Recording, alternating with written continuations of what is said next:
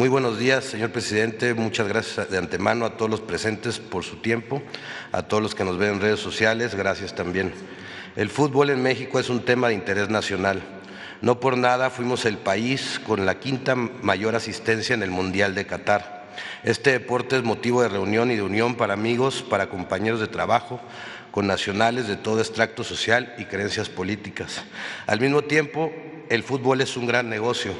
Estimaciones señalan que mueve en el país unos 2.800 millones de dólares al año, de los cuales la Federación Mexicana de Fútbol pudiera abarcar cerca de la mitad. Desde hace algún tiempo, este enorme botín ha traído a muchas personas con ambiciones desbordantes, promotores y dueños, que poco a poco han ido desvirtuando el espíritu deportivo del fútbol nacional para darle prioridad a sus ganancias. Este afán por el dinero los ha llevado a romper las reglas de competencia, a cerrarle el paso a talentos e incluso a incurrir en prácticas que son muy difíciles de no verlas, como corrupción y evasión fiscal. El fútbol profesional es un negocio privado, eso es cierto, pero también es cierto que toca a la esfera pública. Primero, por ser un tema de interés nacional. Segundo, por su amplio manejo del dinero público procedente de los estados y por gozar estos clubes de considerables condonaciones de impuestos, además de que les concesionan los estadios que les pertenecen al pueblo. Tercero, por el interés colectivo de miles y miles de jóvenes que depositan en estas instituciones su futuro y sus esperanzas. Cuarto, por los amplios indicios de defraudación fiscal que lesionan las arcas públicas. A estas razones y en vista de la coyuntura actual, añadiría una quinta. Estas prácticas retrasan el desarrollo deportivo del país, como acabamos de atestiguar todos. México no puede permitir que estos grupos de interés continúen matando más generaciones de jóvenes con talento. Este reportaje tiene la intención de mejorar, corregir y no de perseguir. La intención es que nuestros jóvenes tengan mejores oportunidades, que haya igualdad entre hombres y mujeres y que tengamos un mejor nivel deportivo. No está de más decir que cualquiera de los mencionados en este reportaje tiene garantizado su derecho de réplica en el portal del Quintana Roo MX. Doy inicio a mi presentación, señor presidente, no sin antes agradecer esta oportunidad.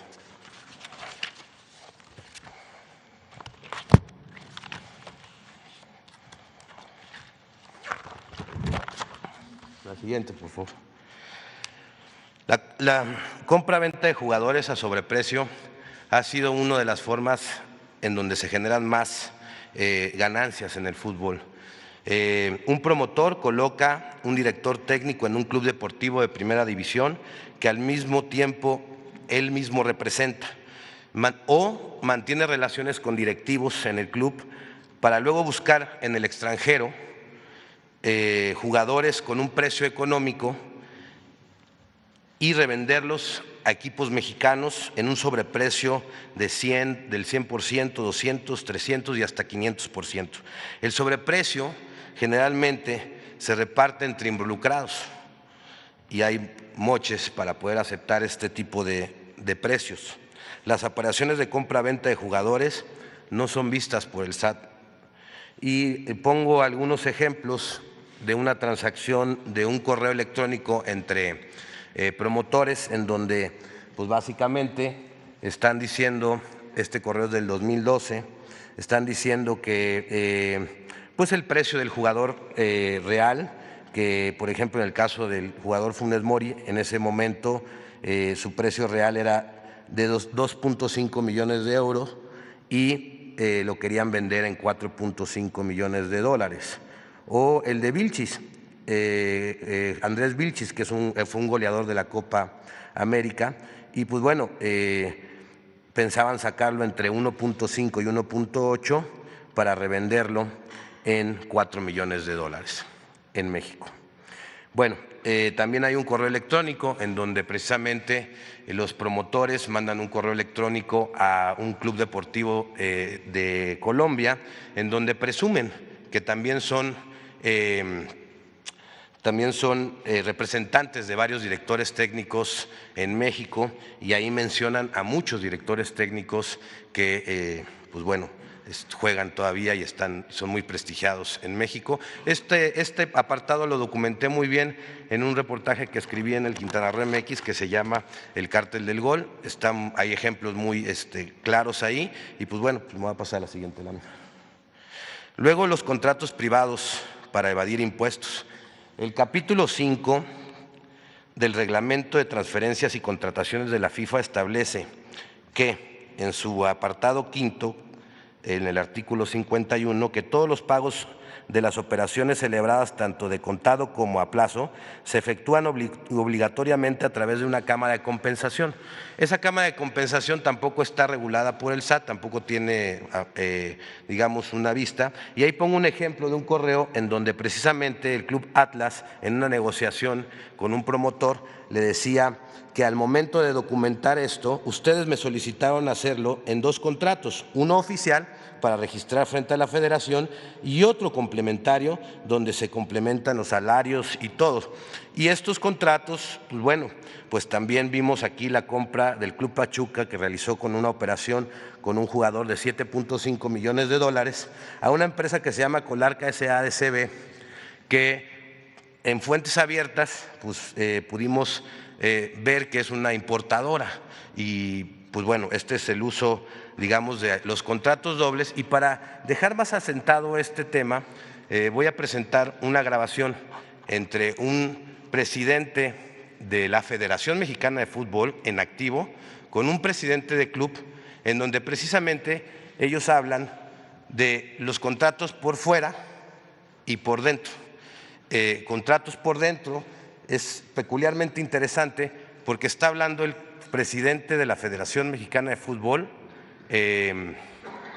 y pues está violando su propio reglamento, ¿no? Porque se supone que debería de pasar todo por la Cámara de Compensación, pero pues él mismo está diciendo, entonces, pues, no sé si lo podamos escuchar. ¿Y tú? ¿Seguirás viviendo en Honduras y todo? Todo bien, gracias a Dios. Bueno. Oye, gordito lindo, Mande. un favor, gordito, no me ha pagado Morelia, no me ha pagado Tijuana. Este estado encima de Álvaro. Álvaro. Cabrón, son mamadas, cabrón. Diga Guzmán, gordo, que no mames. Diga Guzmán también. Que no chingue, gordo, lleva más de 2 meses. Creo que hay una bronca con el de, aunque Bonilla y yo hemos estado sobre eso, pero el de Morelia es por afuera, ¿no? Sí. ¿Y sí. ya lo metiste? No, eso es lo que tengo que, por eso te hablaba, también hay que meterlo antes de la liguilla y todo este Pues pedo, sí. ¿no? Sí, porque eso sirve, güey, porque hoy, por ejemplo, mañana gana el Morelia y se meten los cabrones. Sí, es que bueno que me dices, ¿de qué te mando? La carta y el contrato firmado por ellos, ¿verdad? El convenio. Sí, mándaselo a Enrique. Bueno, bonito. Para que lo meta a controversias y inicies la controversia. Pues sí. Pues no quiero ese pedo, pero no mames, cabrón. Y también el pinche Jorge ni me contesta, gordo. Tank. ¿Cuánto? Ni me contesta. No, ahorita 15 millones desde hace 2 meses, gordo. Y eso está por dentro, gordito. No, ese sí está registrado, sí. Veracruz me debe también, gordo. O sea, es que... Y Veracruz anda colgado también. No, gordito, es que sí está cabrón. Ojalá y se metan, como tú dices, para que ahí nos agarramos de los huevos, cabrón. Exactamente. Pero lo que sí me da, o sea, a uno le exigen mi gordito puta madre, cabrón. Yo que yo así, pero un flujo de la verga. No, yo nunca le fallo a nadie. Nunca le fallo a cuando nadie. están por afuera, está cabrón. Pero ya ves por dentro también de Tijuana, cabrón. Bueno, pero ahorita pero este güey, como siempre se espera el último día, el hijo de puta. No, pero ahorita nada, porque ahorita le habla Jorge. Nunca le fallé, fueron $9 millones que le pagué, todo le he pagado y este hijo de puta no mames. O sea, y contrato un técnico, Miguel Herrera, de $1.5 millones, ni siquiera Zambuesa que gana, o sea, no mames, o sea, qué cinismo, cabrón, es lo que me imputa, cabrón. Ahorita ya. Perdóname, gordito, que yo Enrique lo he molestado, pero es que tú tienes más peso, gordito. No te ¿Tienes? Y ahorita qué bueno que me dijiste porque tengo que meter el contrato privado a controversia. Tomás, avísale a Álvaro, ¿no? Sí.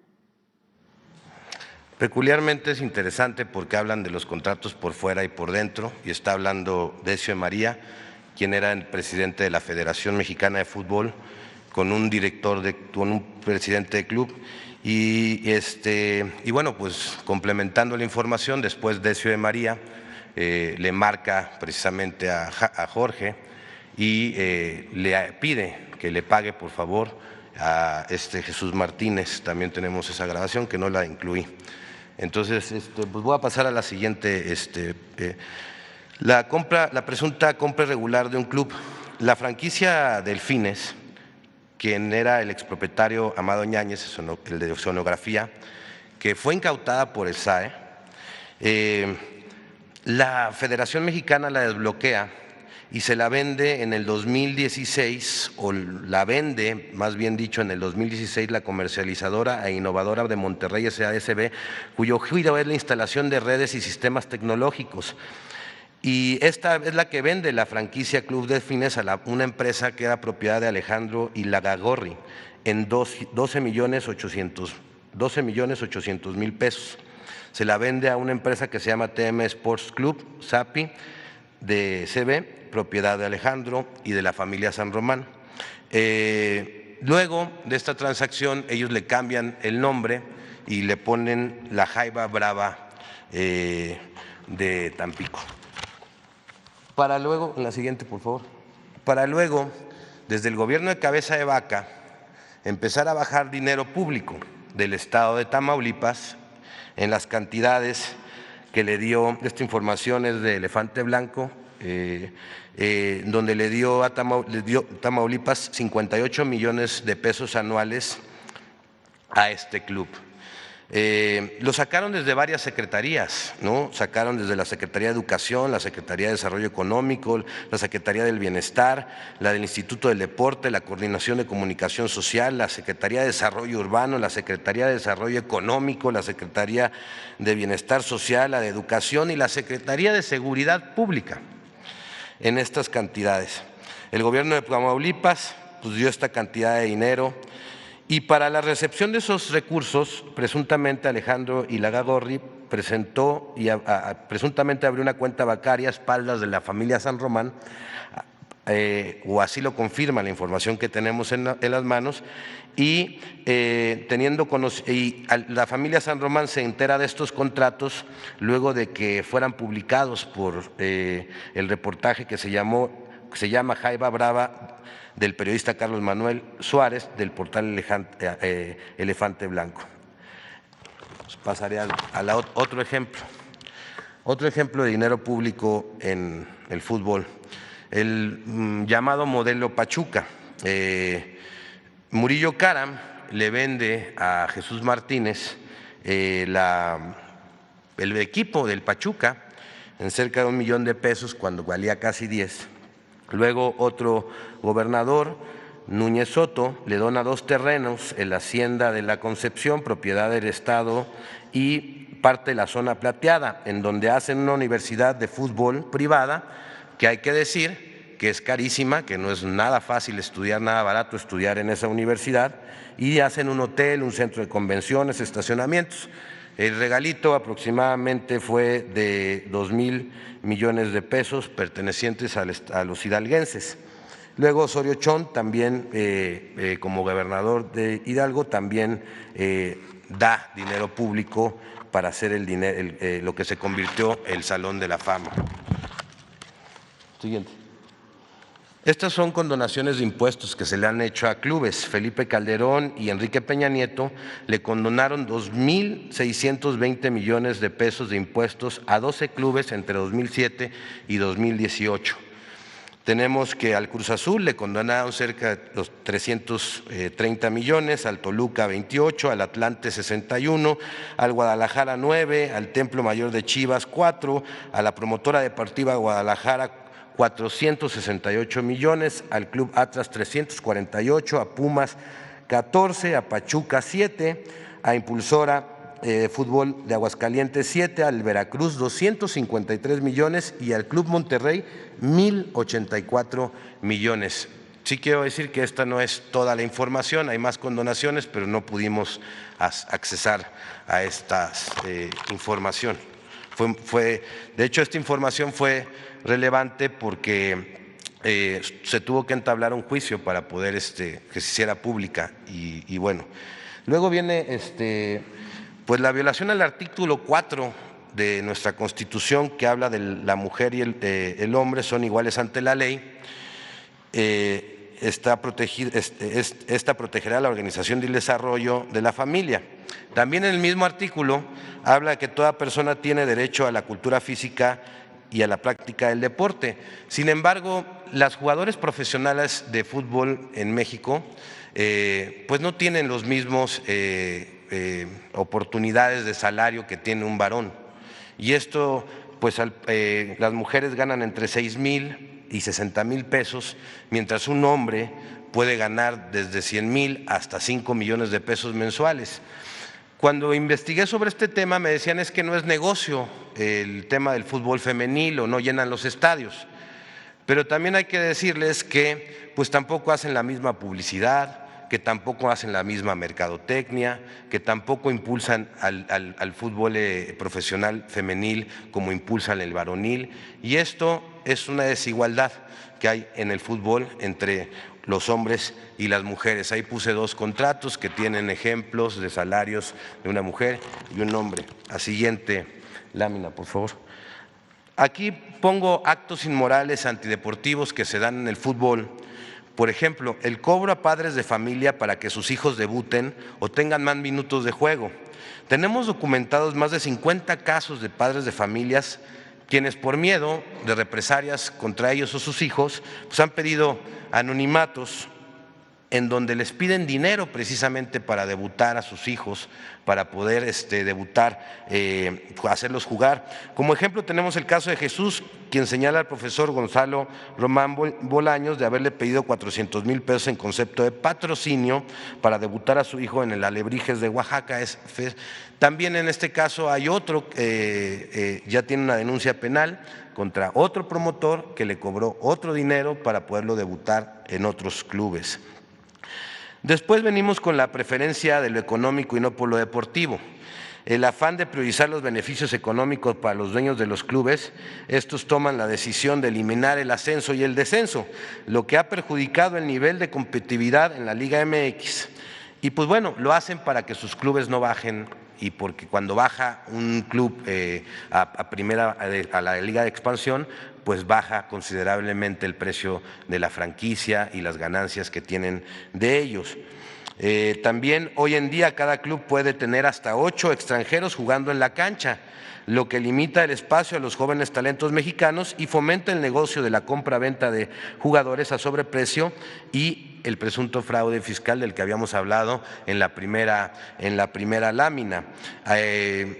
Antes no era así, antes había nada más 5. Y la multipropiedad, que está prohibida por la FIFA, la cual ha aumentado en los últimos años en México y que causa un grave conflicto de intereses en el fútbol mexicano. Siguiente. Esta me trajo mucha la atención porque la mayoría de los ciudadanos creemos que los Pumas son de la Universidad Autónoma de México, pero no, en realidad son del Club Universidad Nacional AC, una asociación civil con una personalidad jurídica propia, ajena a la universidad, a la cual están integrados empresarios, periodistas, políticos, exfuncionarios de la universidad y funcionarios activos que necesitan tener en esa asociación. Y pues uno de los que es dueño aparece como socios en la parte de los Pumas, pues imagínense, es Ciro Murayama Rendón, consejero del INE, Jorge Espinosa de los Monteros, quien es promotor y vende jugadores también. De hecho a él se le achaca, ahorita a él se le da que hayan contratado a Dani Alves ahí en los Pumas, o sea, un grave conflicto de intereses, ha vendido muchos jugadores en México, es perteneciente al reportaje que escribí del Cártel del Gol como uno de los operadores, promotores con más transacciones que lo hacen a través de prestanombres, que esto es importante. Llegar a ellos es muy complicado porque usan a otro para llegar a esa transacción. También están Alejandro Midamora, exnieto del abogado, también hijo de Eduardo Medina Mora, Raúl Medina Mora, Alonso Carvajal Villaciencio, que es comentarista de Televisa. Y bueno, este reportaje fue publicado por Mauricio Romero en el portal Aristegui Noticias y pues bueno, es bien interesante porque la universidad le da 50 millones de pesos anuales y le presta el estadio a esta asociación para que puedan llevar a cabo sus actividades.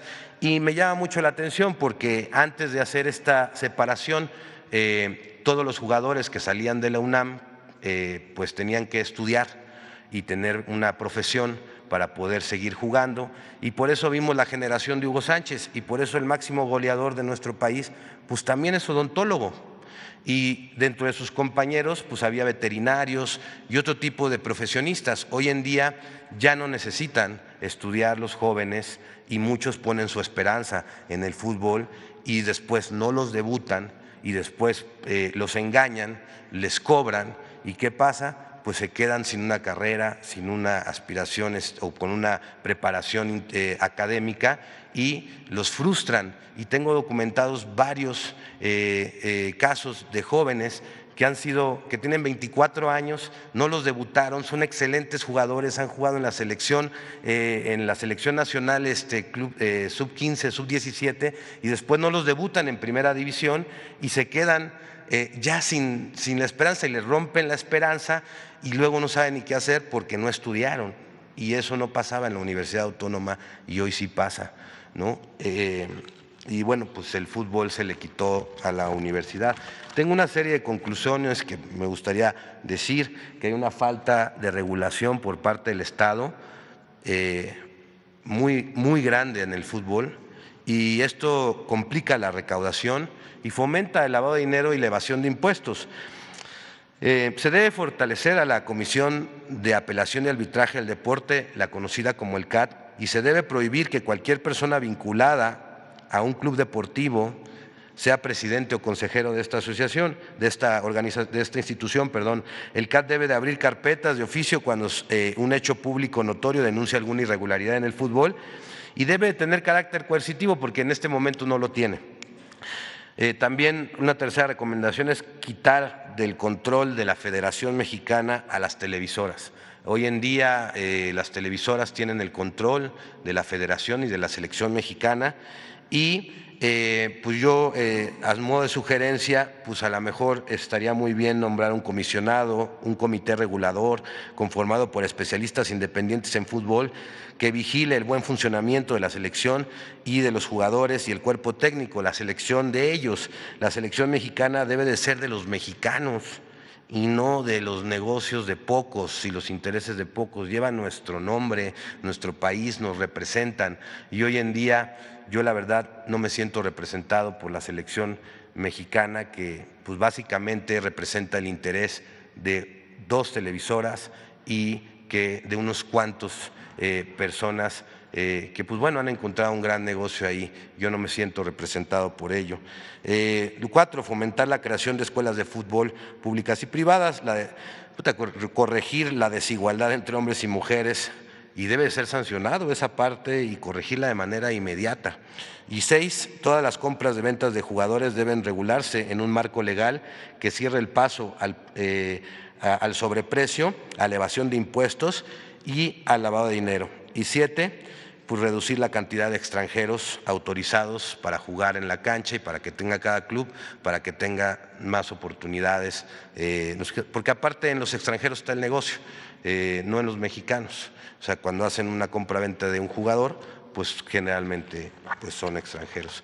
Y el tema es muy amplio, hay muchas cosas que decir del fútbol, me hubiese gustado abarcar más temas, pero pues está el tema de Cruz Azul, está el tema de las Chivas, que es interesante el tema de las Chivas porque hay una sentencia que se tiene que ejecutar en la Corte para regresarle el equipo a una asociación civil que le vendieron de manera irregular al fallecido Vergara, y que pues bueno, no han podido ejecutar su sentencia y regresar el equipo a la asociación civil. Y ese caso es bien interesante porque ¿qué pasó? La asociación civil, de un plumazo y por palancas, la convirtieron en una empresa privada. Es como si convirtiéramos la Cruz Roja de repente en un hospital privado.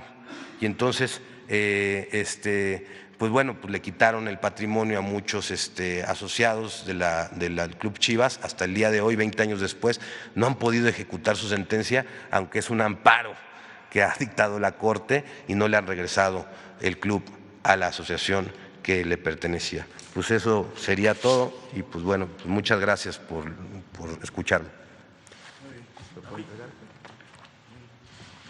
¿Puedo dar la mano? Permiso. ¿Puedo? Muchas gracias.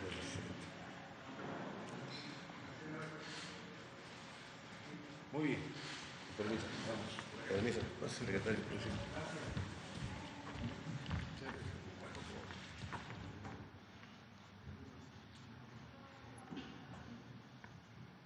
Gracias, señor presidente. Muy breve. Vamos a exponer acciones que hemos llevado a cabo en coordinación con la Federación Mexicana de Fútbol y la Liga MX a partir de diferentes temas. Ustedes recordarán el caso del Estadio Corregidora, cuando hubo ese incidente de violencia en marzo pasado, y también a partir de lo que aquí expuso el compañero Abraham. También hemos tenido algunas reuniones para ver este tipo de situaciones, siempre respetuosos de las actividades de carácter privado, pero sí en la parte que corresponde a un interés público. Hemos tenido reuniones con la Federación Mexicana de Fútbol y la Liga MX, precisamente para establecer algunas acciones. Primero, el tema de la regulación de agentes de jugadores, mantener la vigencia de un convenio de colaboración con la Unidad de Inteligencia Financiera que se puso en marcha a partir de este gobierno desde 2019, precisamente para evitar esquemas de defraudación fiscal, de simulación de operaciones o de lavado de dinero. También se han llevado a cabo medidas de seguridad en estadios con instituciones de seguridad pública y empresas de seguridad privada autorizadas. También arrancó, esto por parte de estas instituciones, el programa Fan ID, que tiene como objeto identificar a los aficionados para evitar que haya situaciones de violencia. Y por último, un protocolo contra la desigualdad de género, el racismo y la falta de inclusión en el fútbol. Siguiente. En el primer punto de regulación de agentes de jugadores, a partir de las pláticas y también por acciones que ellos mismos emprendieron, la Asamblea de la Liga ordenó el endurecimiento del marco normativo y su alineación con las disposiciones de la FIFA. Entre otras, prohibir la representación dual, que aquí de algún modo se expuso, es decir, que haya un mismo representante entre jugadores y equipos, generando un conflicto de interés entre ambos y que se generan operaciones simuladas precisamente para que haya transparencia en los contratos. Segundo punto, transparentar las relaciones contractuales entre los agentes deportivos y quien sea su cliente. Tercero, como aquí se expuso, proteger los derechos de los menores de edad, es decir, que sean mal utilizados o haya abusos en sus actividades deportivas, porque se va a tratar u obligar, mejor dicho, que siempre se involucre a sus padres o tutores. 4, limitar las comisiones que se pagan entre jugadores y clubes a intermediarios con base en las nuevas reglas de la Federación Internacional de Fútbol, donde se tiene contemplado que no podrá ser más de entre el 2 y 5% de la operación, lo cual evidentemente está sujeto a cuestiones de carácter fiscal y tendrá que declararse, y como aquí se señaló en los ejemplos que se expusieron, pues no había ningún tope a este tipo de operaciones. También los clubes aceptan sujetarse a controles económicos de acuerdo a disposiciones y normas de anticorrupción. En cuanto al convenio de colaboración con la UIF, Esto se estableció con la finalidad de contar con la información necesaria para detectar irregularidades y ejercer oportunamente atribuciones legales con la colaboración de la Federación Mexicana de Fútbol. En tal virtud se han establecido mecanismos que se tienen que revisar, precisamente como presentar estados financieros auditados, cumplimiento de obligaciones ante la autoridad hacendaria como las declaraciones anuales, justificación de partidas de los presupuestos de ingresos y egresos de los clubes, reportes de comportamientos legales y fiscales de los socios de los mismos, y se va a continuar con los trabajos para garantizar la transparencia en la contratación de jugadores y técnicos, como se hace desde 2019. Siguiente.